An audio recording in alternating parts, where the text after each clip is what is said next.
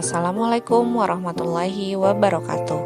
Perkenalkan, saya Nurtania Fitri Apriani, peserta Latsar CPNS Angkatan 39, gelombang 7, kelompok 3 yang berasal dari pemerintah Kota Bandung. Pada kesempatan kali ini, saya akan menceritakan pengalaman saya mengikuti Latsar dengan sistem blended learning menggunakan MOOC dan LMS Kolabjar pada hari ke-7, tanggal 5 Agustus 2021. Pada pembelajaran hari ini, saya akan mempelajari tentang materi komitmen mutu. Komitmen mutu berasal dari dua kata, yaitu komitmen dan mutu. Komitmen adalah tindakan untuk melakukan sesuatu baik secara individu ataupun kelompok berupa janji untuk ditunaikan melalui perbuatan. Sedangkan mutu adalah mencerminkan nilai keunggulan atau produk jasa yang diberikan kepada pelanggan. Standar kelayakan, mutu juga dapat dijadikan sebagai alat pembeda atau pembanding dengan produk atau jasa sejenis lainnya yang dihasilkan oleh lembaga lain sebagai pesaing. Maka dapat disimpulkan, komitmen mutu adalah suatu pembuktian tindakan secara individu maupun kelompok kepada masyarakat tentang pelayanan yang diberikan dengan tujuan kepuasan masyarakat atas pelayanan itu sendiri. Kemudian, apakah hubungannya komitmen mutu dengan ASN? Sesuai dengan Undang-Undang Nomor 5 Tahun 2014 ada fungsi ASN, yaitu yang pertama sebagai pelaksana publik, yang kedua sebagai pelayanan publik, dan yang ketiga sebagai perekat dan pemersatu bangsa. Maka, tiga fungsi ASN ini yaitu harus memberikan pelayanan yang terbaik dengan pelayanan yang cepat, tepat, profesional, dan tetap bersikap sopan santun. Kemudian ada 4 prinsip komitmen mutu. Yang pertama, efektivitas. Menurut Richard L. Duff, efektivitas adalah sejauh mana organisasi dapat mencapai tujuan yang ditetapkan atau berhasil mencapai apapun yang coba dikerjakan. Efektivitas organisasi berarti memberikan barang atau jasa yang dihargai oleh pelanggan. Yang kedua, efisiensi. Menurut Richard L. Duff, efisiensi adalah jumlah sumber daya yang digunakan untuk mencapai tujuan organisasional.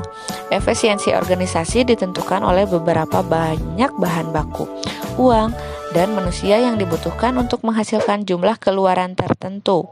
Efisiensi dapat dihitung sebagai jumlah sumber daya yang digunakan untuk menghasilkan barang atau jasa. Yang ketiga, inovasi. Menurut Richard L. Duff, inovasi adalah cara utama di mana suatu organisasi beradaptasi terhadap perubahan di pasar, teknologi, dan persaingan. Di dalam inovasi ini, dalam pendidikan, berarti dalam masa pandemi ini kita harus berinovasi. Bagaimana cara kita tetap memberikan pelayanan yang terbaik kepada para peserta didik dan orang tua untuk mendapatkan layanan pendidikan dengan mengganti metode dan cara yang tepat dalam melaksanakan pembelajaran. Kemudian, yang keempat adalah mutu. Menurut Edward Deming, mutu adalah apapun yang menjadi kebutuhan dan keinginan konsumen. Nihil catat kesempurnaan dan kesesuaian terhadap persyaratan menurut Crosby dan kesesuaian terhadap spesifikasi menurut Juran. Kemudian, nilai-nilai dasar orientasi mutu. Agar pelayanan dilakukan secara prima, kita harus melakukan yang pertama, komitmen pada kepuasan pelanggan. Dengan berkomitmen seperti ini, kita akan selalu ingat akan tujuan kita untuk selalu memuaskan pelanggan. Yang kedua, cepat, tepat, dan ramah. Pelayanan harus dilakukan secara cepat, namun tepat, dan tetap bersikap ramah. Yang ketiga, melayani dengan hati. Selalu melayani dengan hati agar pelayanan kita berbuah kepuasan pelanggan. Dan yang keempat, melindungi dan mengayomi baik itu berupa identitas pribadi maupun publik, selalu dijaga kerahasiaannya. Yang kita lakukan hanyalah melayani.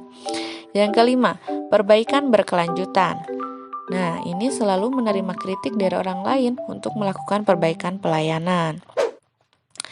Kemudian, aktualisasi nilai-nilai dasar komitmen mutu. Harus terjadinya perubahan dari yang pertama, orientasi kepada peraturan menjadi orientasi kepada publik.